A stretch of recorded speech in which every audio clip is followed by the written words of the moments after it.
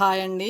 Welcome to our channel. నేను ఇప్పుడు చదివి వినిపించబోయే కథ కన్నీటి లోయ పార్ట్ 4లో యోగి ముందు రోజు రాత్రి వాళ్ళ అక్కతో దీని అంతటికి కారణం ఎవరక్క అని అడిగితే తను ఎంతకీ చెప్పదు. అప్పుడు యోగి మైథిలి ఫల్గుణరావు దగ్గరకు వచ్చి జరిగిన విషయం చెప్పుకొని బాధపడుతూ ఉంటాడు. నేను ఎంతో కొంత మంచి చేయగలిగితే మా అక్కకి నాకెంతో సంతోషంగా ఉంటుంది. ఆమె కోసం అంటూ నేను ఇప్పటివరకు ఏం చేయలేదు. ఆ వ్యక్తి ఎవరో తెలిస్తే అతన్ని బతిమాలో బామాలో పెళ్ళికి ఒప్పించాలని నా తాపత్రయం. కానీ ఆమె మటుకు ఎంతకీ చెప్పడం లేదు అని బాధపడుతూ ఉంటాడు. తర్వాయి భాగంలోనికి వెళ్దాం. ఫల్గుణరావు మైథిలి వైపు చూశాడు. పోనీ మైథిలి, నువ్వు ఒకసారి వెళ్ళి అడిగి చూడరాదు అన్నాడు. వెంటనే మైథిలి లేచి నిలబడింది. మీరు ఇక్కడే ఉండండి యోగి గారు, 1 గంట 2 గంటల దాకా అక్కడికి రాకండి, నేను మాట్లాడి చూస్తాను. ఇంట్లోంచి బయటకు వెళ్ళిందామె. యోగి ఫల్గుణరావు ఇద్దరే మిగిలారు. కాసేపటి దాకా ఎవ్వరూ మాట్లాడలేదు. నాకు ఒకటి అర్థం కావడం లేదండి. ఆఖరికి యోగి అన్నాడు, ఆడమగ ఇద్దరూ తప్పు చేసినప్పుడు శిక్ష ఒక ఆడదే ఎందుకు అనుభవించాలో అర్థం కాదు. ఇలా జరగడానికి కొంత ప్రకృతి కూడా దోహదం చేస్తుంది అనుకోండి. ఉదాహరణకు మీ అక్క విమలనే తీసుకుందాం. ఆమెకు గర్భం రాకపోయినట్లయితే ఇన్ని గొడవలు ఉండేవి కావు. మొదట్లో 4 రోజులు తిట్టినా, యాష్టపడినా తర్వాత సర్దుకుని మర్చిపోవడం జరిగేది. ప్రకృతి పరంగా స్త్రీకి లభిస్తున్న మాతృత్వమే అనేక సమయాల్లో ఆమెను ఇలా బలహీనపరుస్తుంది. అందుకే స్త్రీ పురుష సంబంధాల దగ్గరకు వచ్చేసరికి పురుషుని కంటే స్త్రీయే తన జాగ్రత్తలో తాను ఉండాల్సి వస్తుంది. అలా ఉండనప్పుడు ఫలితం బహిర్గతమై నలుగురిలో ఆమె నానా అవస్థ పడుతుంటుంది. అందుకే మన వాళ్ళు అరిటాకు ముళ్ళు సామెత చెబుతారు. ఇలా గర్భం వచ్చినప్పుడే కాకుండా రానప్పుడు కూడా ఏదో పాపమని, పంకిలమని, నీచమని ఆడదాన్ని కించపరుస్తూ ఉంటారు. నిజానికి అక్కడ జరుగుతున్నది ఏమిటి? సహజ సిద్ధమైన ఒక సుఖాన్ని అందుకోవడం.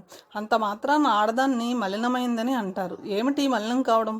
బురదలోనో అశుచిలోనో కాలు వేసినప్పుడు మనం కాళ్ళు కడుక్కోవడంలా, అలాగే అక్రమ సంబంధం లాంటిది జరిగినప్పుడు శుచిగా స్నానం చేసి ఆ భాగాన్ని శుభ్రం చేసుకుంటే మళ్ళీ మామూలు మనుష్యులం. ఈ ద్వంద్వనీతులేమిటో నాకు అర్థం కావడం లేదు. అట్లా కాదులేండి ఫల్గుణరావు అన్నాడు. ఇందులో వివాహ పటిష్టతకు సంబంధించిన ఒక సూత్రం ఉంది. వివాహానికి ముందు స్త్రీకి ఎవరితోనన్నా సంబంధం ఉంటే వైవాహిక జీవితంలో ఎప్పుడన్నా అసంతృప్తి కానీ నైరాశ్యం కానీ ఏర్పడినప్పుడు ఆమెకు వెనుకటి సంబంధం పట్ల మళ్ళీ మక్కువ ఏర్పడి అది వివాహ విచ్ఛిత్తకి దారి తీసే అవకాశం ఉంటుంది. అలాగే వివాహం తర్వాత ఏర్పడే అక్రమ సంబంధాల విషయం కూడా వివాహం అన్నాక మిట్టపల్లాలు, హెచ్చుతగ్గులు, ఆశా నిరాశలు ఇట్లాంటివన్నీ కూడా ఎదురవుతూ ఉంటాయి. మిగతా సమాజంలో మనం ఎట్లా చాలా విషయాల్లో మనకు నచ్చినా నచ్చకపోయినా సర్దుకుపోతున్నాము, అలా వివాహ విషయంలో కూడా సర్దుకుపోవాలి. పైన చెప్పిన అక్రమ సంబంధాలు లాంటివి ఉన్నప్పుడు సహజంగానే ఈ సర్దుకుపోయే గుణం సన్నగిల్లుతుంది. అప్పుడు వివాహం పెలుసుబారుతుంది. తద్వారా సమాజపు పటిష్టత దెబ్బతింటుంది. ఇందువల్లే పాపమని, అపవిత్రత అని, మలినమని మనుషుల మీద ముద్రలు వేయడం ద్వారా సమాజం తన పటిష్టతను కాపాడుకోజూస్తూ ఉంటుంది. ఈ ముద్రలు ఒక్క ఆడవారి విషయంలోనే ఉండకూడదు కదా. పురుషుడి విషయంలో కూడా ఈ ఆంక్షలు ఉన్నాయి. అయితే ఇది పురుషాధిక్యత కల సమాజం కావడంతో ఒక స్త్రీని మాత్రమే నిందించడం జరుగుతుంది. నాకు బాగా ఆశ్చర్యాన్ని కలిగించేది ఏమిటంటే, ఇలాంటి సందర్భాల్లో ఆ స్త్రీని సాటి స్త్రీలే పురుషుల కంటే ఎక్కువగా వేలెత్తి చూపుతూ హింసించుతూ ఉంటారు. వివాహ వ్యవస్థలో స్వేచ్ఛను కోల్పోయి సహజానుభూతుల్ని అణుచుకోవాల్సి వచ్చేసరికి అందుకు ప్రతిగా స్త్రీ ఇలాంటి కృత్రిమ సంబంధాలని ఆశ్రయించుకుంటుంది. మొత్తం మీద వివాహ వ్యవస్థలో ఎక్కడో ఏదో పెద్ద లోపం ఉందనిపిస్తుంది. మనం కొన్ని సెంటిమెంట్లను తగ్గించుకొని వివాహ వ్యవస్థలో మార్పులు కూర్పులు చేసుకోవాల్సిన అవసరం దగ్గర పడింది. మైథిలి వెళ్ళేసరికి విమల ఇంటి బయట అరుగు మీద కూర్చుని పరధ్యానంగా చూస్తుంది. ఏమిటి విమల, ఆలోచిస్తున్నావు? ఆమె పక్కనే కూర్చుంటూ అడిగింది మైథిలి. ఆమె స్వరానికి ఉలిక్కి పడింది విమల. ఏమీ లేదు తత్తరపడుతూ అందామె. వాళ్ళు కూర్చున్న చోటుకి ఎదురుగా ఒక ఉసిరి చెట్టు ఉంది. చెట్టు కొమ్మ మీద నల్లటి పెట్ట ఒకటి సన్నటి పొడుగాటి ముక్కుతో డాన్స్ చేస్తున్నట్లుగా ఈ కొమ్మ మించి ఆ కొమ్మ మీదకు ఎగురుతూ అరుస్తోంది. ఆ పెట్ట జీవితం ఎంత హాయో కదూ, పెట్ట వేపుకు చూస్తూ అన్నది విమల. మైథిలికి ఆమెను చూస్తుంటే జాలేసింది. ఆమెను కూడా తనను చేరతీసినట్లుగా ఫల్గుణరావు లాంటి వారు ఎవరైనా చేరదీస్తే బాగుండు అనిపించింది. విమల, నిన్నొకటి అడగాలనుకుంటున్నాను అన్నది ఉపోద్ఘాతంగా. ఏమిటది? నిజం చెప్పాలంటే నన్ను మీ యోగి పంపాడు ఇక్కడికి. విమలకు వెంటనే అర్థమైపోయింది. వాడో పిచ్చిమోడు, అన్నది. అసలేం జరిగింది విమల? ఎలా జరిగింది? ఎందుకు జరిగింది? ఎందుకంత రహస్యంగా ఉంచుతున్నావు? ఎవరికో ఒకరికి చెబితే నీ గుండె బాధ తీరుతుంది కదా. ఏమైనా సహాయం జరిగినా జరగవచ్చు. పేలవంగా నవ్వింది విమల. ఆ రాత్రి జరిగింది గుర్తుకు వచ్చింది ఆమెకు ఒంట్లో బాగోకపోతే తోడుకని పడుకోవడానికి వెళ్ళింది తాను. భోజనం కూడా అక్కడే చేసింది. కాసేపు తన పెళ్లి గురించి మాట్లాడారు వాళ్ళు. కట్నం తీసుకొనని ప్రతిజ్ఞ చేసిన ఒక వ్యక్తి గురించి మాట్లాడారు. అతన్ని చేసుకుంటావా అన్నాడు. చీపొండి అంటూ తను సిగ్గుపడింది. అతను చేసుకుంటే తనకు అభ్యంతరం ఏమిటి అనుకుంది లోపల. అతను చేసుకున్నాక మాతో మాట్లాడతావా అన్నారు వాళ్ళు. అలా జరిగితే ఎంత బాగుండును అనుకుంది తాను. అలా ఆ రాత్రి చాలా సంతోషంతో నిద్రలోకి జారుకుంది తను. నిద్రలో ఒక కళ, పెద్ద సముద్రం, ఆ అలల మధ్య తాను మునుగుతూ తేలుతోంది. ఊపిరాడక ఉక్కిరి బిక్కిరి అవుతుంది. ఎందుకనో అరవాలనుకుని కూడా అరవలేకపోతుంది. ఆ సమయాన దూరాన ఒక అందమైన బోటు తేలుతూ కనిపించింది. ఆ చోటు తన వైపే వస్తుంది. బోటులో ఒక అందమైన రాకుమారుడు ఉన్నాడు. అతను తన వైపు దయగా చూస్తున్నాడు. తాను అతని వైపు దిగులుగా చూస్తుంది. అతను తన వైపు చేయి చాచాడు. అతని చేతిని అందుకుని బోట్లోకి ప్రవేశించింది. అతడు తన కురుల్ని తుడిచాడు. తడిసిన తన బట్టలను ఒక్కొక్కటే వలిచాడు. తనను దగ్గరకు తీసుకున్నాడు. తన చెంపల్ని నిమిరాడు. ఎందుకో సడన్గా విమలకు తనకేదో జరుగుతున్నట్లుగా అనిపించి మెలకువలోకి వచ్చింది. ఒక్కసారిగా ఆమె గుండెలు జల్లుమన్నాయి. తన మీద అతను కదులుతున్నాడు. ఆమె ప్రతిఘటించాలని అనిపించలేదు. అతను చేసే చేష్టలను ఆ చీకట్లో కళ్ళప్పగించి చూస్తూ అనుభవిస్తూ అలా ఉండిపోయింది. ఆ ఒక్క రాత్రి అనుభవానికి ఫలితం ఈ గర్భం. ఇన్ని రాత్రులు ఈ దుర్భర వేదన. చెంగు నోట్లో కుక్కుని ఏడుస్తూ విమల ఇంట్లోకి పరుగు తీసింది.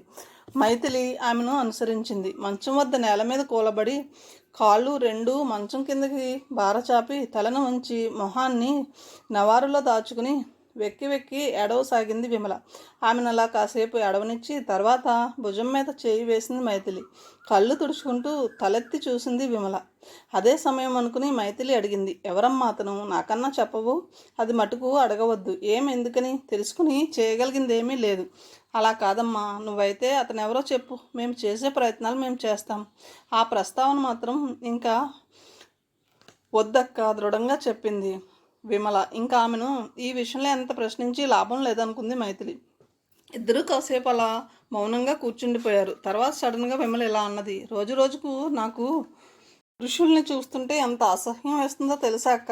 కనిపించిన వాళ్ళ కత్తి తీసుకుని పొడి చేయాలని, మొహాల మీద ఉమ్మేయాలని, మీ నీతి సూత్రాలు మీరు చావండ్రా చచ్చినోళ్ళారా అని అరవాలని అనిపిస్తుంటుంది. ఈ లోకమంతా దగా వంచన ద్వంద్వనీతులు వీళ్ళ జిమ్మడ. నీతి కబుర్లు చెప్పేవాళ్ళు వాటిని పాటించరు. అసలు పాటించిన వాళ్ళే నీతి కబుర్లు చెబుతారేమో. కొద్దిసేపు ఊరుకుంది విమల. ఆమె పిడికిళ్ళు బిగుసుకున్నాయి. పీక్కుపోయిన కళ్ళు కసిగా చూస్తున్నాయి. రోజు నాకు ఎట్లాంటి కళలు వస్తుంటాయో తెలుసాక మళ్ళీ అన్నదామె. ఇటు చూసిన చుట్టూ చక్కటి చిక్కటి ద్రవం. ఆ ద్రవం సుళ్ళు తిరుగుతూ ఉంటుంది. ఆ సుడిగుండంలో పడి నేను మునుగుతూ తేలుతూ ఉక్కిరి బిక్కిరి అవుతూ ఉంటాను. ఆ ద్రవం నా ముక్కులోకి నోట్లోకి పోయి నాకు ఊపిరందదు. ఓరి దేవుడా అని అరుస్తాను. రక్షించండోయ్ అని కేక పెడతాను. లోకమంతా ఆ తెల్లటి ద్రవంతో నిండిపోయి అందులో నేను చచ్చిపోయినా బాగుండును అనిపిస్తుంది. అకస్మాత్తుగా ద్రవం చిన్న చిన్న పసిపిల్లలుగా మారిపోతుంది. ఎక్కడ చూసినా పసిపిల్లలు, లుకలుకలాడుతూ పసిపిల్లలు, తెల్లటి పసిపాపాయలు వేలడంత ఉంటారు. ఎక్కడ చూసినా వేలడు పాపాయలు. ఆడుకోవాలనిపిస్తుంది నాకు. చేతిలోకి తీసుకోబోయేసరికి చిట్టి వాళ్ళు మళ్ళీ తెల్లటి చిక్కటి ద్రవంలోకి మారిపోతారు. చీదర కరిగి చేతుల నుంచి వదిలేయాలని చూస్తాను, కానీ ఆ ద్రవం జింకలా బంకలా నా చేతుల నుంచి వదలదు. అంతేకాదు ఆ జిగట నా చేతుల నుంచి పైకి పాకి ఒళ్ళంతా అంటుకుంటుంది. అంతా చీదర బేదర. ఎంత చీదరనుకున్నావక్క? కళ్ళు పెద్దవి చేసి విమల వైపు ఆశ్చర్యంగా చూడసాగింది మైథిలి. కలలో మాట్లాడుతున్నట్లుగా, హిప్నాటిక్ ట్రాన్స్లో ఉన్నట్లుగా మాట్లాడసాగింది విమల. ఆమె మనోస్థిత్వం మీద సందేహం కలిగింది మైథిలికి. విమల విమల అంటూ ఆమెను పట్టి కుదిపింది. ఉలికి పడ్డట్లుగా చెప్పడాన్ని ఆపేసింది విమల. క్షమించక్క, ఏమిటో పిచ్చి పిచ్చిగా మాట్లాడినట్లున్నాను. ఆమె అన్న అసలు ఈ మధ్య నా తలలో పిచ్చి పిచ్చి ఆలోచనలు, అర్థం పర్థం లేని దృశ్యాలు కిక్కిరిసి ఉక్కిరి బిక్కిరి చేస్తున్నాయి నన్ను. విమలను చూస్తుంటే మైథిలికి జాలే కాక ఏదో భయం లాంటిది కూడా కలిగింది. ఈ పిల్ల ఏం కాబోతుంది? మైథిలి వచ్చేస్తుంటే విమల మళ్ళీ అన్నది, నాకు ఈ మధ్య ప్రతి మనిషి మొహము ఏదో చిక్కటి తెల్లటి ద్రవంతో వెళ్ళవేయబడ్డట్టుగా కనిపిస్తుందక్క. ఇప్పుడు నీ మొహం కూడా అలాగే ఉంది. దడదడా కొట్టుకుంటున్న గుండెలతో మైథిలి త్వరగా అక్కడి నుంచి యువతలకి వచ్చేసింది. మిగతా 2 ఎకరాల్లో కూడా నాట్లు వేయించేసరికి యోగికి తల ప్రాణం తోకకు వచ్చినట్లయింది. అది కూడా అయ్యాక అమ్మయ్య అని ఊపిరి పీల్చుకున్నాడు. రోజులు చిన్నగా గడుస్తున్నాయి. దరిద్రుడి పెళ్లికి వడగళ్ల వానలా ఆ ఏడు వర్షాలు సరిగ్గా పడలేదు. వర్షాలు సక్రమంగా కురిసినంత కాలము ప్రభుత్వం వాళ్ళు కాలువలకు నీళ్లు సరిగ్గా వదిలినా వదలకపోయినా పర్వాలేదు, కానీ వర్షాలు లేనప్పుడు మాత్రం కాలువలు వదలడానికి చాలా ప్రాముఖ్యత ఉంటుంది. అలాంటి సమయాల్లోనే రైతులను నీళ్ల వద్ద కొట్లాడుకోవడాలు, తలలు బద్దలు కొట్టుకోవడాలు జరుగుతుంటాయి. అట్లాంటి సమయాల్లోనే నీళ్లు వదిలే ప్రభుత్వోద్యోగులు డబ్బుల్ని గడించడం బాగా జరుగుతుంది. వర్షాభావం వల్ల రిజర్వాయర్లోని నీళ్లు లేక ప్రభుత్వం వారు చానాళ్ల దాకా కాలువలకు నీళ్లు వదలలేదు. నీళ్లు లేక పొలాలు ఎండిపోయే స్థితికి వచ్చాయి. ఊళ్ళోని మోతుబరులంతా కలిసి బాగా ఒత్తిడి తెచ్చేసరికి అధికారులు నీళ్లు వదలడానికి ఒప్పుకున్నారు. రైతుల్లో హడావుడి అంతా ఇంత కాదు. యోగి కూడా అందరితో పాటు తను హడావుడి పడిపోయాడు. వైశాలి వాళ్ళ పొలం సత్యనారాయణ పొలాలకు ఎగువ బాగానే ఉంది. నీళ్లు తక్కువగా వచ్చే రోజుల్లో పంట కాలువకు ఒక లెవెల్లో అడ్డుకట్ట వేసి ఎగువ పొలాల వాళ్ళు నీళ్లు తడుపుకుంటుండగా ఆ అడ్డుకట్ట మించి కిందకి పోయే నీళ్లను మాత్రం దిగువ పొలాల వాళ్ళు తడుపుకుంటారు. మొదటి రోజు యోగి ఆ రకంగా అడ్డుకట్ట వేసి తను కౌలు చేస్తున్న మళ్ళకు గల్లు పెట్టి ఇంటికి పోయాడు. ఆ రాత్రి 2 ఎకరాలన్నా తడిసి ఉండవచ్చు అనుకున్నాడు అతను. కానీ తెల్లారి అతను వెళ్ళి చూసేసరికి అతని పొలం ఒక్క మడి కూడా తడవలేదు. సరికదా అతను వేసిన అడ్డుకట్టుకు కింద దాకా గండి పెట్టి ఉన్నది. ఈ పని ఎవరు చేశారు? దిగువకు వెళ్ళి పొలంలో పని చేసుకుంటున్న సత్యనారాయణ జీతగాన్ని అడిగాడు యోగి. మా దొర చేశాడయ్యా. ఎందుకు చేశాడు? పైనుంచి వచ్చే నీళ్లు మీరు తడుపుకోవచ్చు కదా. ఇప్పుడు చూడు, మా పొలానికి నీళ్ళు అస్సలు ఎక్కలేదు. ఏమో, నాకేం తెలియదు. మా దొరనే అడగండి అయ్యా. యోగికి అర్థమైపోయింది సత్యనారాయణ తనతో గొడవ పెట్టుకోవాలని చూస్తున్నాడు. దీని అంతటితో ఆపకపోతే ఆ పొలాన్ని పండించడం సాధ్యం కాదు. అయితే ఏం చేయాలి తాను? అతన్ని ఎదిరించి నిలవరించలేడు. ఏం చేయాలో అర్థం కాలేదు అతనికి. ఇంటికి వచ్చి వైశాలితో ప్రస్తావించాడు. సత్యనారాయణ అలా చేశాడని చెప్పగానే వైశాలి కళ్ళు కోపంతో ఎరిపెక్కాయి. కొద్దిసేపు ఆలోచించిందామె. మీరు ఒక పని చేస్తారా? ఏమిటి? వాడింటికి వెళ్ళి వాడికి వార్నింగ్ ఇచ్చిరండి. ఏమని? ఇవాళ కనుక వాడిలా మళ్ళీ గండి కొడితే ఊరుకునేది లేదని చెప్పండి. అంతేకాదు, దమ్ముంటే రాత్రికి వాడిని వచ్చి గండి కొట్టి చూడమని ఛాలెంజ్ చేయండి. కానీ లేదు, ఏమీ లేదు. మీరైతే వెళ్ళి వాడికి ఇలా చెప్పండి. ఆ సమయాన యోగికి ఆమె ఒక ఆడపులిలా కనిపించింది. తాను ఒక నౌకరులాగానూ అనిపించాడు. సరే అంటూ గొర్రెలా తల ఊపి అతను బయటికి వచ్చాడు. సత్యనారాయణ ఇంటి దాకా పోకుండానే యోగికి ఆయన రోడ్డు మీదే ఎదురయ్యాడు. రాత్రి కాలువను గండి కొట్టింది మీరేనంట కదా అన్నాడు. అవును, నేనే. ఏం? తను చేసింది అనుచితమని తెలిసి అతను అలా దబాయించి మాట్లాడడం యోగికి విచిత్రం అనిపించింది. అట్లా చేయడం మంచిది కాదు కదండి. నువ్వెవడివి నాకు చెప్పడానికి? ముందు నా పొలం తడిపాకే మీ పొలం తడుపుకోండి. ఎక్కువ తక్కువ మాట్లాడితే అసలు అది కూడా కుదరదు. అతను ఎంత మొండివాడో, అడ్డుగోలు మనిషో అర్థమైంది యోగికి. అతని కళ్ళలోకి సూటిగా చూశాడు. ఒక నిశ్చయానికి వచ్చాడు అతను. చూడండి, వైశాలి మీకు ఈ సంగతి చెప్పమంది అతను అన్నాడు. మరోసారి అలా గండి కొడితే ఊరుకునేది లేదు. ఎవరు? అదే చెప్పమందా లేక నువ్వంటున్నావా? ఆమె చెప్పమంది. అయితే విను, ఇవాళ మళ్ళీ గండి కొట్టబోతున్నాను. ఏం చేస్తుందో చేసుకోమని చెప్పు దాంతో. ఇంకా అతనితో మాటలు అనవసరం అనుకుని యోగి వెనక్కు తిరిగాడు. కొంత దూరం వచ్చాక వెనక నుంచి మళ్ళీ సత్యనారాయణ స్వరం వినిపించింది. ఒరేయ్, ఈ రాత్రికి నేను వచ్చి గండి కొట్టబోతున్నాను. దమ్ముంటే కాచుకోండి. ఆ మాటలని విననట్టుగా యోగి తన నడక వేగాన్ని హెచ్చించాడు. ఆ పూటంతా యోగి అసహనంగా కాలాన్ని గడిపాడు. సాయంత్రం దగ్గర పడుతున్న కొద్దీ అతనిలో టెన్షన్ పెరగసాగింది. ఈ రాత్రి ఏం జరగబోతుంది? వైశాలి ఉద్దేశం ఏమిటి? అతనికేమీ అంతుబట్టలేదు. చదువుకోమని అతని ముందు 2 పుస్తకాలు పడేసి ఆమె పెరట్లోకి వెళ్ళింది. అతని కళ్ళు చదవడానికి ప్రయత్నించాయి, కానీ మనసు అందుకు సిద్ధంగా లేదు. ఆమె మళ్ళీ ఎంతకీ అతని వద్దకు రాలేదు. ఏం చేస్తుంది? పిల్లలు కూడా ఇంట్లో ఎక్కడా కనిపించలేదు. ఎన్నడూ లేదు. ఆ పూట ఆమె తన పట్ల నిర్లక్ష్యంగా ప్రవర్తిస్తున్నట్లు ఫీల్ అయ్యాడు యోగి. ప్రతి చిన్న విషయాన్ని లోపలికి తీసుకుని బాధపడే రకం అతను. తన పట్లంతా ఆదరం లేని మనిషి తనను ఉండమంటం ఎందుకు అని మదన పడ్డాడు కాసేపు. పొలాన్ని కౌలుకు తీసుకుని తను పొరపాటు చేయలేదు కదా అని కూడా అనిపించింది. సాయంత్రం అయ్యింది. ఇంకొద్దిసేపటికి చీకటి పడింది. వైశాలి వచ్చి లైటు వేసింది. పాపం, మీకేమీ తోస్తున్నట్లు లేదు అందామె. నవ్వడానికి ప్రయత్నించాడు యోగి. కూలి వాళ్ళకి ఏమన్నా కబురు చేశారా? ఆక్వర్డ్గా ప్రశ్నించాడు. ఎందుకు? ఆశ్చర్యంగా చూసిందామె. ఎందుకేమిటి? పొలానికి నీళ్లు పెట్టడానికి. నీళ్లు పెట్టడానికి కూలి వాళ్ళు ఎందుకు? అది కాదండి. ఈసారి ఆశ్చర్యపడడం యోగి వంతయింది. సత్యనారాయణ వస్తానన్నాడు కదా, అతన్ని ఎదుర్కోవడానికి మనుషులు అండ కావద్దు. మనుషులు ఎందుకండి? మనమిద్దరం చాలమా? మీరుంటారు, మీతో పాటు నేను కూడా వస్తాను. మీరా? యోగికి ఇంకేం మాట్లాడాలో అర్థం కాలేదు. మనమిద్దరము అయినా కానీ అతని ముందు వైశాలి అతని వైపు సూటుగా చూసింది. భయపడుతున్నారా యోగి? భయమా? చచ్చా, ప్రస్తావనను ఇంకేమీ పొడిగించకుండా ఉండడం కోసం వైశాలి అన్నది. భోంచేద్దరు కానీ లేవండి. రాత్రి 9 దాటింది. పల్లెటూరు కావడంతో ఊరంతా నిద్రలోకి జారుకుంది. ఇంకా వెళ్దామా? వైశాలి అంది. అటు ఇటు వెతికి యోగి ఒక ముళ్ళు కర్రను చేతిలోకి తీసుకున్నాడు. అతను కర్రను తీసుకోవడం చూసి అప్పటిదాకా సీరియస్గా ఉన్న వైశాలి కాస్త చటుక్కున నవ్వింది. యోగికి తల కొట్టేసినట్లయింది. ఆమె నవ్వుకు అర్థం తెలుసు అతనికి. ఆమె తనను పిరికివాడుగా జమ కడుతుంది. తన ధైర్యం మీద ఆమెకు నమ్మకం లేదు. కర్ర మీద పిడికిలి మరింత బిగించి బయటికి వచ్చాడు. గేటు వద్దకు వచ్చాడు. ఆమె ఎంతకి రాకపోయేసరికి అక్కడ నిలబడి ఆమె కోసం ఎదురు చూశాడు. కొద్దిసేపటి తర్వాత ఆమె వచ్చింది. తెల్లటి చీరలో ఉందామె. ఆమె చేతిలో గొలుసు ఉంది. ఆమె వెనక కుక్క, నల్లటి కుక్క. భీకరంగా ఉందా శునకం. ఆకలితో నకనకలాడుతున్నట్లు ఉంది. నోట్లోంచి నాలుక వేలాడుతూ రొప్పుతుంది. డొక్కలు ఎగిరెగిరి పడుతున్నాయి. నల్లటి దాని కళ్ళు గేటు మీద బల్బు వెలుతురు పడి తలతలా మెరుస్తున్నాయి. వెన్నెల రోజులు. తోటను దాటి డొంకలోకి వచ్చారు. వెన్నెట్లో చుట్టుపక్కల పొలాలన్నీ పట్టపగలుగా కనిపిస్తున్నాయి. డొంకకు 2 వైపులా ఉన్న తాడి చెట్లు ఎత్తుగా నిలబడి తల వంచి వాళ్లకు స్వాగతం పలుకుతున్నట్లుగా కనిపిస్తున్నాయి. ఆకాశంలో అక్కడక్కడ నల్లటి మబ్బులు కిందగా తేలుతూ కనిపిస్తున్నాయి. ఉండి ఉండి ఒక్కో మబ్బు చంద్రుడికి అడ్డం వస్తుండడంతో ఆ సమయాన్న వాళ్ళు నడుస్తున్న ప్రదేశం మసకబారి అంతలోనే మళ్ళీ వెలుతురిని సంతరించుకుంటుంది. జీవితంలో అప్పుడప్పుడు కొన్ని అద్భుత సంఘటనలు జరుగుతూ ఉంటాయి. మధురంగానో చేదుగానో జీవిత పర్వంతము గుర్తుంటాయి.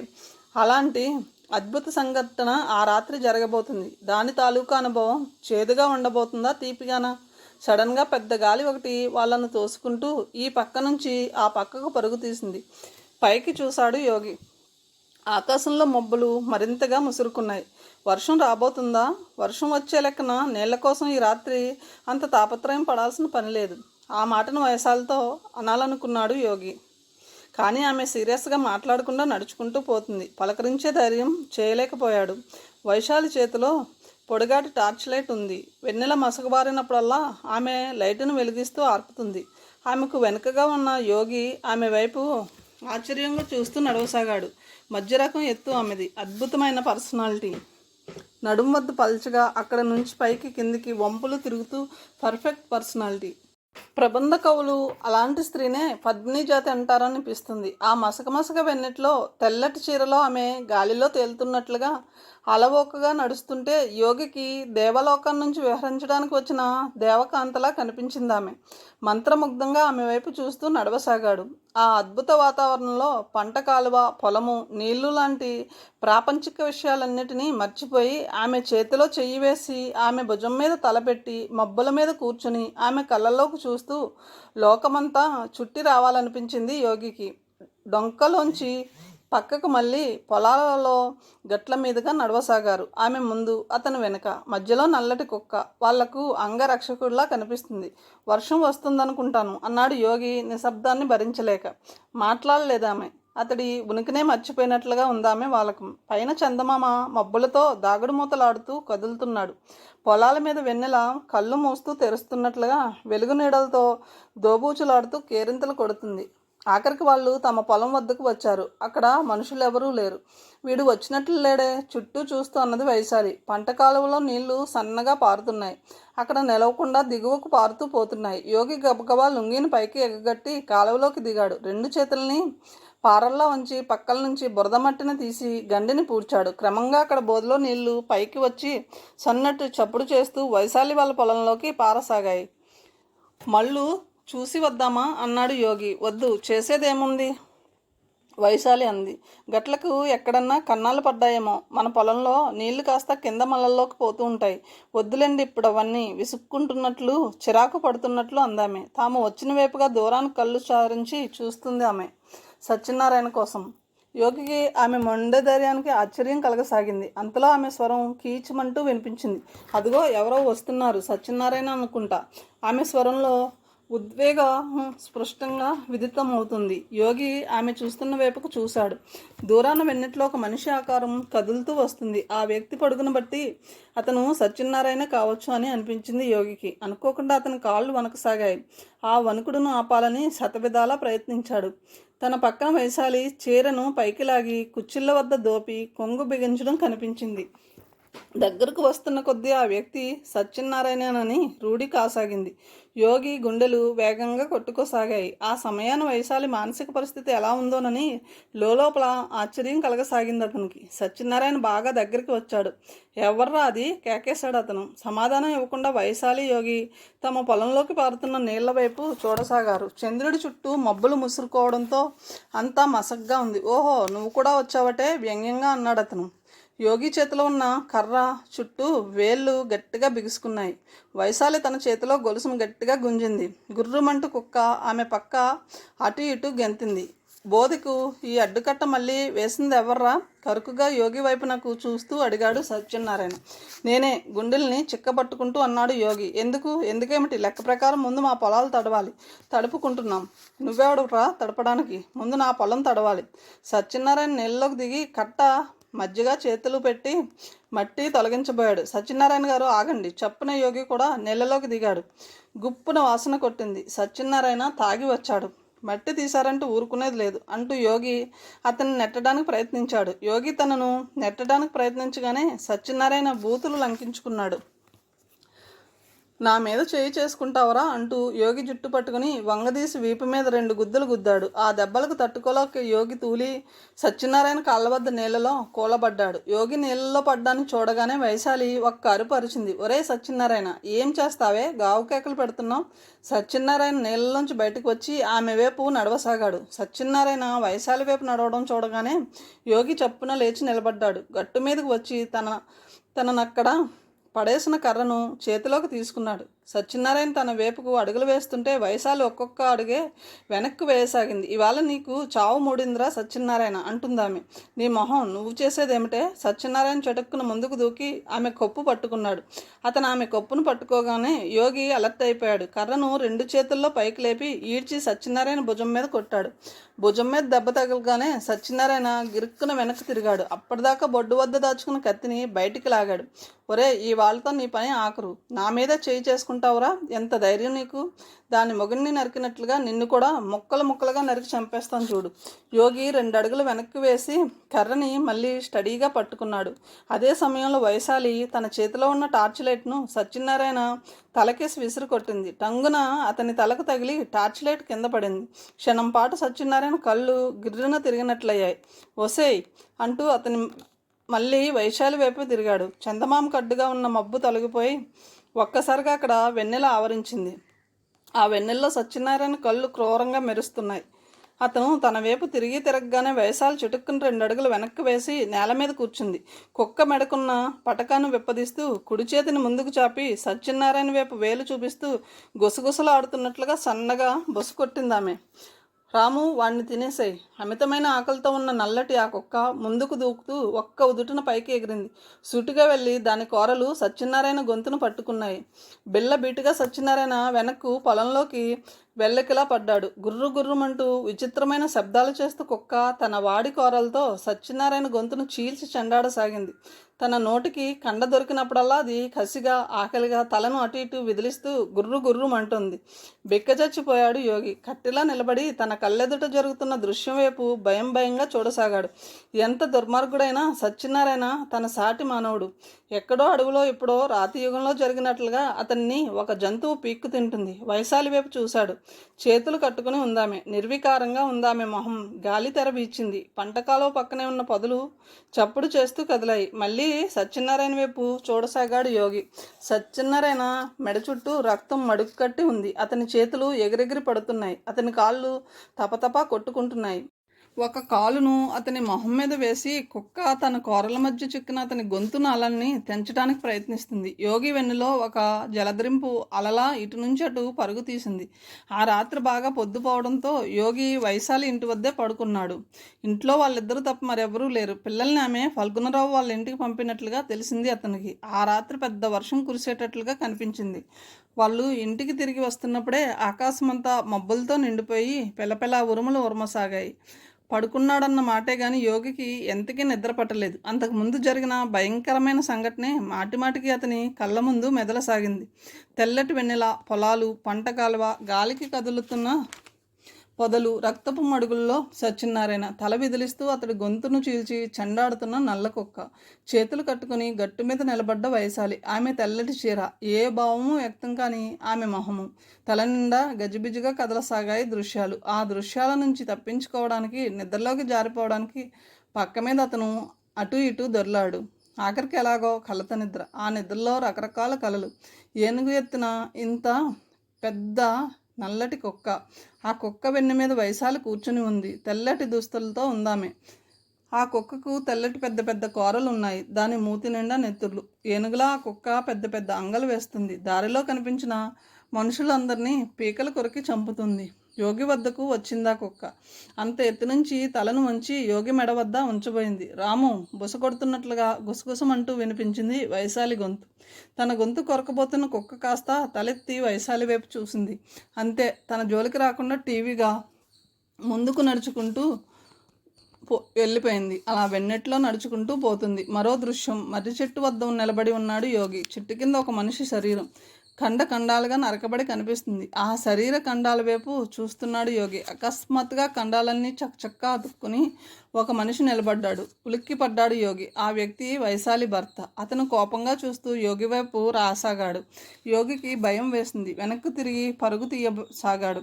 వెనకే ఆ వ్యక్తి తరుముతున్నాడు. అకస్మాత్తుగా అతను యోగి మెడను పట్టుకున్నాడు. ఉలిక్కి పడుతూ యోగి నిద్రలో పక్కకు ఒత్తిగిల్లాడు. మరో దృశ్యం. ఆకాశం నిండా తెల్లటి మబ్బులు. ఒక మబ్బు మీద వైశాలి కూర్చుని ఉంది. మబ్బుతో పాటు నిదానంగా కదులుతుంది ఆమె. ఆమె ఒంటి మీద బట్టలు లేవు. బంగారపు రజను ఒంటికి అద్దినట్లుగా ఆమె నిలువెల్లా మెరిసిపోతోంది. వైశాలి నేల మీద పొలాల మధ్య నిలబడి ఉన్న యోగి కేకవేశాడు. దయగా ఆమె నేల వైపుకు చూసింది. అతని వైపు చేయి చాచింది. పైకి తేలిపోతూ అతను ఆమె వైపు కదలసాగాడు. ఆనుకుని మబ్బు పైన ఆమె పక్కనే కూర్చున్నాడు. గుండ్రంగా ఉన్న ఆమె భుజం మీద చేయి వేసి మొహం భుజంపై వంచాడు. అకస్మాత్తుగా పెద్ద చప్పుడైంది. వాళ్ళు కూర్చున్న మబ్బు చిట్లి వాళ్ళు నేల మీదకి వేగంగా పడిపోసాగారు. అంతలోనే మరో పెద్ద చప్పుడు. ఉలిక్కి పడుతూ యోగి మంచం మీద లేచి కూర్చున్నాడు. బయట పెద్దగా వర్షం కురుస్తుంది. ఎక్కడో పిడుగు పట్టినట్లున్నది. ఆ ధ్వనికే తాను మేల్కొన్నాడు. లేచి తలుపులు తెరిచి వరండాలోకి వచ్చాడు. పెద్దగా చప్పుడు చేస్తూ వర్షం పడుతుంది. భారీ వర్షం. వరండా అంచున గుంజ కానుకుని నిలబడి చేతిని బయటికి చాచాడు. బరువుగా వర్షం ధార అరచేతిలో పడసాగింది. చల్లటి స్పర్శ హాయిగా అనిపించింది యోగికి. ఇంకా అతనికి వెళ్ళి వర్షంలో తడవాలనిపించింది. అంతలో ఒక పెద్ద ఉరుము ఉరిమింది. ఉరుముతో పాటు పెద్ద మెరుపు. ఆ మెరుపు వెలుగులో గుంజకు అవతలి వైపున ఎవరో నిలబడినట్లు అనిపించి ఉలిక్కి పడ్డాడు అతను. మరో మెరుపు మెరిసింది. ఆ మెరుపులో ఆ మనిషిని గుర్తుపట్టాడు. అప్రయత్నంగా అతని పెదవులు విడిపడ్డాయి. వైశాలి. గుంజ అవతలి వైపు నుంచి ఇటువైపుకు వచ్చి యోగి పక్కనే నిలబడింది వైశాలి. పెద్దగా గాలి వీచింది. ఆ గాలి విసురుకు వర్షం జల్లు వచ్చి ఇద్దరి మీద పడింది. వైశాలి తన పక్కనే ఉంది. ఆ స్పృహ యోగి ఒంట్లో కండరాల్ని వణికింపజేసింది. వైశాలి, మీరిక్కడ? యోగి స్వరంలో జీర మరింత పక్కకు జరిగి వైశాలి అతని భుజం మీద తలను వాల్చింది. ఆ సమయాన్న ఒక పెద్ద మెరుపు మెరిసింది. ఆమె వైపు చూశాడు యోగి. విప్పారిన నేత్రాలతో ఆమె తన వైపే చూస్తుంది. చేతుల్ని ఆమె ఒంటి చుట్టూ తిప్పి దగ్గరకు లాక్కున్నాడు. మృదువుగా, వెచ్చగా, గట్టిగా. ఆమె ఒళ్ళు అతనిలో కండరాలు వణకసాగాయి. నరనరాన విద్యుత్ యాక్టివేట్ కాసాగింది. ఆమెను పొదివి పట్టుకున్నాడు. వరండాలోంచి కిందకు లాగాడు. వర్షంలో ఇద్దరు. ఆమె కూడా అతని చుట్టూ చేతుల్ని బిగించింది. చెంపను అతనికి ఛాతీ కానించి తమకంగా అదిమింది. పరమ అద్భుతమైన అనుభవం. తడుస్తూ ఒకరికొకటిలో ఒకరు. తల వంచి యోగి ఆమె పెద్ద ముద్దాడాడు. పైనుంచి ధారాపాతంగా కురుస్తోంది వర్షం. ఉండి ఉండి భయంకరంగా ఉరుములు, మెరుపులు. అవి వాళ్ళను మరింత దగ్గరకు చేరుస్తున్నాయి. వర్షం నీరు యోగి తలమించి జారుతూ ఆమె నుదుటి మీదుగా రొమ్ముల మీద పడి ఇద్దరి శరీరాల మధ్య ఇంకిపోయింది. లోపలికి వెళ్దాం, చిన్నగా గొనికింది వైశాలి. ఒకరి కౌగిలిని ఒకరు వదలకుండా నడవసాగారు. వరండాలోంచి, ముందు గదిలోంచి, గదిలోకి. నడుస్తున్న దారి పొడుగుతా ఆమె బట్టలు ఒక్కొక్కటే జారిపడసాగాయి. చీర, బ్లౌజు, పెట్టికోట్. బెడ్ ల్యాంప్ వెలుగులో ఆమె నగ్నదేహం. ఆ సౌందర్యాన్ని తట్టుకోలేక యోగి కళ్ళు చెదరసాగాయి. అద్భుతంగా తీర్చిదిద్దిన వంపులు, పర్ఫెక్ట్ దేహం ఆమెది. వర్షంలో తడవడం మూలంగాను అతని స్పర్శతోనూ ఆమె దేహం బిరిసెక్కింది. యోగి ఏనాడు అంత నగ్నంగా స్త్రీని చూసి ఎరగడు. అంతకు మునుపు హైమతో అనుభవం ఉన్నా అదంతా ఏదో భయంగాను గాబరాగాను జరిగింది. కానీ ఇప్పుడు ఇంత తీరిగ్గా, ఇంతరి ఒంటరితనంలో ఇంత స్వేచ్ఛగా ఆమె భుజం మీద చేయి వేశాడు. చేతినలా జార్చుతూ ఆమె ఒంటినంతా నిమరసాగాడు. అతను అలా స్పృశిస్తుంటే ఆమె ఎక్కడికక్కడ షాక్ కొట్టినట్లుగా పులకరిస్తుంది. ఆమె శరీరం ఎంత మృదువుగా ఉందో అంత సాలిడ్గా, కఠినంగా ఉంది. పాలరాతి విగ్రహం. తమకుంత యోగి ఆమె చెంపల్ని, పెదవుల్ని, కళ్ళని ముద్దాడసాగాడు. ఆమెలో కూడా అంతకు మించిన కాంక్ష, ఉవ్వెత్తున లేచి పడుతున్న ఆవేశం అతని పెదవులకు తన పెదవులను అందించింది. అతడికి బిగియారా కౌగిలించుకుంది. అతడిని పెనవేసుకోసాగింది. ఆమె పెదవులు ఉబ్బి ఆమె నాలుక పాము నాలుకలా కదులుతోంది. ఇద్దరి పెదవుల్లోంచి, నాలుకల్లోంచి హై వోల్టేజ్ విద్యుత్ ఇద్దరి శరీరాల్లోనూ పరుగు తీస్తుంది. చాన్నాళ్ళ తర్వాత ఆమెలో మేల్కొన్న కోరిక. ఆ కోరిక చెలరేగి ప్రజ్వరిల్లుతుంది. అతడిని ఉక్కిరి బిక్కిరి చేస్తుంది. యోగి కళ్ళకు ఆమె ఒక ఆడపులిలా కనిపించింది. అతడి పెదవుల్ని, బుగ్గల్ని, భుజాల్ని ఆమె ఎక్కడ పడితే అక్కడ అందిన చోటల్లా కొరకసాగింది. అతడిని తన మీదకు లాగుకుంటుంది. అతని మీదకు దొర్లుతుంది. బయట ఉధృతంగా వీస్తున్న గాలి, వర్షము ఆమె శరీరం నుంచి పక్కకు దొర్లి ప్రశాంతంగా కళ్ళు మూసుకున్నాడు యోగి మత్తుగా మూలుగుతూ కళ్ళు మూసుకుంది. క్రమంగా అతడు కూడా నిద్రలోకి జారుకున్నాడు. దూదిలాంటి మెత్తటి పచ్చిక పరుపు చుట్టూ రంగురంగుల పూలు, ఎక్కడి నుండో మృదుమధురమైన సంగీతం వినిపిస్తుంది. కాళ్ళు చాపుకొని కూర్చుని ఉందామె. ఒంటి మీద నూలు పోగలేదు. ఆమె ఒడిలో తలపెట్టుకుని ఉన్నాడు. ఆమె తన కళ్ళల్లోకి ప్రేమగా చూస్తూ తన జుట్టును సర్దుతుంది. ఆమె కళ్ళ నిండా అపారమైన ప్రేమ. పైన ఎవరో రెక్కలున్న ఆడవాళ్ళు గాలిలో ఎగురుతూ అటు ఇటు విహరిస్తున్నారు. మైథిలి, సుశీల, విమలక్క. తన మనసు నిండా గొప్ప ఆనందం, గొప్ప సంతృప్తి పరవళ్ళు తొక్కుతుంది. తన ఆమె భుజం మీద నుంచి చేతిని కిందకు జార్చాడు. అమృత భాండాలు పెదవుల్ని ఆనించి తను తమకంగా చురుకోసాగాడు. వెచ్చటి ఆనందమయమైన ప్రేమామృతం తన పెదవుల్లోంచి ఒంట్లోకి హాయిగా ప్రవహిస్తుంది. ఆమె తన తల నిమురుతూ తన్మయంగా కళ్ళు మూసుకుంది. కళ్ళు తెరిచాడు యోగి. పక్కనే ఆదమర్చి నిద్రిస్తున్న వైశాలి కనిపించింది. పక్కకు తిరిగి పడుకోవడంతో ఆమె అద్భుతమైన శిల్పంలో కనిపిస్తుంది. అతను ఆమెను గట్టిగా కౌగలించుకున్నాడు.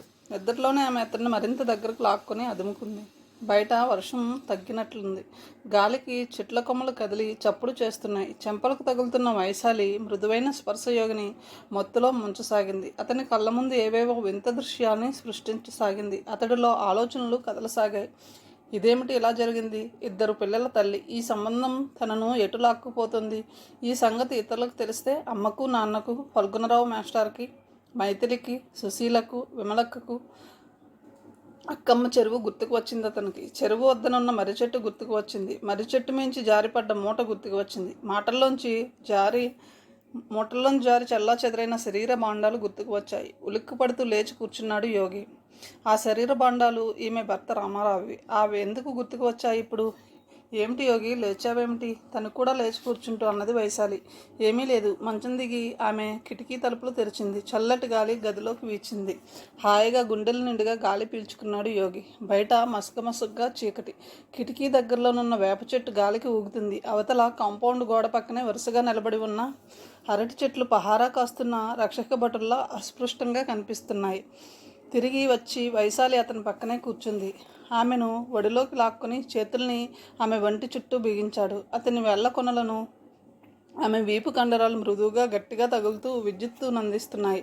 చల్లటి గాలి కిటికీలోంచి వచ్చి వాళ్ళ శరీరాలని ఆప్యాయంగా నిమురుతుంది. అతని భుజం మీద తలవాల్చిన ఆమె క్రమంగా నిద్రలోకి జారుకుంది. మృదువుగా యోగి ఆమెను కిందికి జార్చి తను పక్కనే పడుకున్నాడు. వింటి నుండి లాగుతున్న నారిలా అతని కళ్ళ వెనుక కండరాలు తీయగా లాగసాగాయి. అత్యంత సుఖమయమైన నిద్ర అతని మెదడును ఆక్రమించుకోసాగింది. మళ్ళీ యోగి నిద్ర లేచేసరికి బాగా పొద్దెక్కింది. మొదటి క్షణాన తను ఎక్కడో కొత్త ప్రదేశాన్ని ఉన్నట్లుగా అనిపించింది. ఆ వెంటనే గుర్తొచ్చింది. అది వైశాలి పడక గది. రాత్రి జరిగిన కలాపం. వైశాలి కోసం చూశాడు. ఆమె అక్కడ లేదు. లేచి ఒళ్ళు విరుచుకుంటూ ఉండగా ఆమె గదిలోకి వచ్చింది. కాఫీ పెట్టాను, మొహం కడుక్కోండి. అటువైపు తిరిగి అవతల బట్టలు మడత పెడుతూ నిలబడింది ఆమె. తన వైపు చూడడం లేదు. గిల్టీని ఫీల్ అవుతుందా? యోగి మనసులో కూడా ఏదో నేరభావం కదలసాగింది. పాపం కాదు కానీ అవినీతికి పాల్పడ్డారు తాము. ఈ పూట ఇక్కడే భోంచేసి వెళ్ళండి. యోగి కాఫీ తాగుతుంటే అందామె. లేదు వైశాలి, త్వరగా ఇంటికి వెళ్ళాలి. చప్పున లేచి బట్టలు వేసుకోసాగాడు. ఆమె ఇంకేమీ మాట్లాడలేదు. తనలాగే ఆమె కూడా ఒంటరితనాన్ని కోరుకుంటుందా? తను ఎంత త్వరగా అక్కడి నుంచి అవతలికి వెళ్ళిపోతే బాగుందని కోరుకుంటుందా? అవుననిపించింది. ఇద్దరూ అంతరాత్మ కలవాళ్ళు కావడంతో మనసులో గిల్టీని ఫీల్ అవ్వసాగారు. ఇంట్లోంచి వచ్చేస్తూ అన్నాడు అతను. వైశాలి, మనం తప్పు చేశాం. సమాధానం చెప్పకుండా ఆమె తలుపులు వేసేసుకుంది. గేటు తీసుకుని బయటకు వచ్చాడు యోగి. రాత్రి కురిసిన వర్షానికి నేలంతా బురదగా ఉంది. కసకసలాడుతున్న ఆ బురదలోంచి పొలాల్లోకి వచ్చాడు. రాత్రి కురిసిన వర్షం మంచి పనే చేసింది. పొలాలన్నీ నీళ్లతో నిండుకుని ఉన్నాయి. అక్కడ రైతులు నెరల్లోంచి బయటకు పోతున్న నీళ్ల వద్ద కాళ్లతో తొక్కుతూ కన్నాలను పూడుస్తున్నారు. పెట్టె ఒకటి అరుస్తూ నెత్తి మీద నుంచి పోయింది. కుడివైపు నల్లంత దూరాన లుంగీ కట్టుకున్న కుర్రవాడు మరెవరినో మోటుగా కేకేసి పిలుస్తున్నాడు. యోగి మనసు నిండే ఏదో అలజడిగా ఉంది. అంత ఆహ్లాదంగా ఆనందమయంగా ఉన్న వాతావరణం కూడా అతని మనసునేమీ ప్రశాంతపరచలేకపోతుంది. మాటిమాటికి అతనికి రాత్రి జరిగిన సంఘటనలే గుర్తుకు రాసాగాయి. వెన్నెల మసక వెలుగులో సత్యనారాయణ గొంతును చేల్చడం, అతను గిలగిలా కొట్టుకోవడం, అతని గొంతు నుంచి రక్తం ధారగా కారి మరుగు కట్టడం, వైశాలి క్రోధంగా దాన్ని గమనించడం, తను వేగంగా కొట్టుకుంటున్న గుండెలతో ప్రేక్షకుడు కావడం అదొక దృశ్యం. రెండోది, వరండా బయట వర్షంలో తన కౌగిల్లో ఆమె, గది లోపల మంచం మీద తామిద్దరు. వాస్తవానికి మొదటి దృశ్యం అతడి మనసును ఎక్కువ కల్లోనానికి గురి చేయాలి, కానీ విచిత్రంగా రెండో దృశ్యమే అతడిని ఎక్కువగా కలవరాన్ని కలిగిస్తుంది. అందుకు కారణం మొదటి దృశ్యంలో అతడు పాత్రధారి కాకపోవడం కావచ్చు. రెండో దృశ్యంలో మాత్రం అతను పూర్తిగా ఇన్వాల్వ్ అయ్యి ఉన్నాడు. స్వతహాగా అతను సాంప్రదాయకుడు. అతని మనసులో భయంకరమైన అంతరాత్మ పేరుకొని ఉంది. నువ్వు చేసిన తప్పు, దాని ఫలితాలు ఎలా ఉంటాయో తెలుసా అంటూ అంతరాత్మ మాటిమాటికి అతడిని హెచ్చరిస్తూ బెదిరిస్తుంది. గట్టు మీదగా తన ఊరి వైపుకు నడుస్తున్నాడు అతను. రాత్రి వైశాలతో జరిగిన అనుభవం తాలూకు సుఖం గుర్తుకు వచ్చి ఒక్కోసారి అతనికి ఆనందముగాను అంతకు మించిన థ్రిల్లింగ్గాను కూడా ఉంటుంది. కానీ మనసులో ఏదో ఆందోళన, ఆదుర్దన, టెన్షన్ మాటిమాటికి అనిపించసాగింది అతనికి. ఇద్దరు బిడ్డల తల్లి ఆమె. పొరపాటున గర్భం వస్తే ఆమె పరిస్థితి ఎలా ఉంటుంది? కథను ఇంతటితో ముగిస్తున్నాను. తిరిగి తర్వాయి భావంతో కలుద్దాం. Thank you.